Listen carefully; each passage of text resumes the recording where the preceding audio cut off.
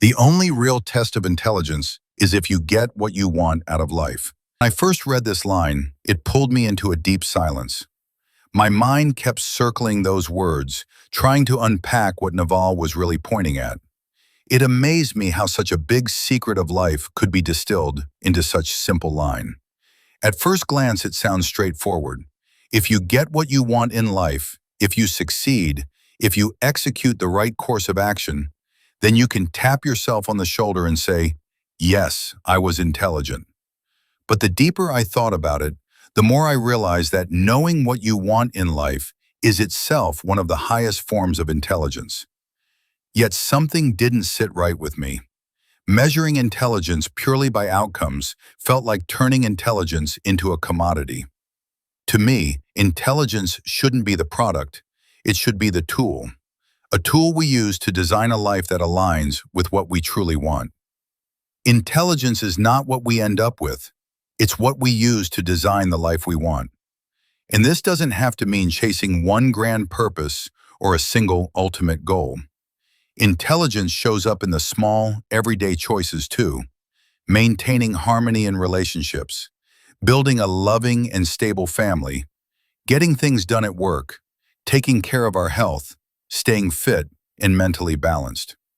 You might ask, do we really need intelligence for these things? Interestingly, studies have shown that when people grow old, many of them share similar regrets. They wish they had invested more in relationships, spent more time with family and friends, and taken better care of their health. Yet the same people, in their 30s, often say they want to focus on career growth and financial success. To me, a well-lived life is about 3 wins: one in finance, one in relationships, and one in health. Achieving all 3 requires intelligence, not just to find them, but to chase them consciously, organize life around them, and remain grateful along the way. A well-lived life is a balance of 3 wins: money, relationships, and health. We often associate intelligence with academic brilliance, science, complex theories, quantum physics, rocket science. But how many people who are exceptionally intelligent in these domains are equally successful in their personal relationships or physical health? As Warren Buffett and Charlie Munger often suggested, write the obituary you would want people to read about you, and then live your life in a way that makes it true. The real test of intelligence is using intelligence well.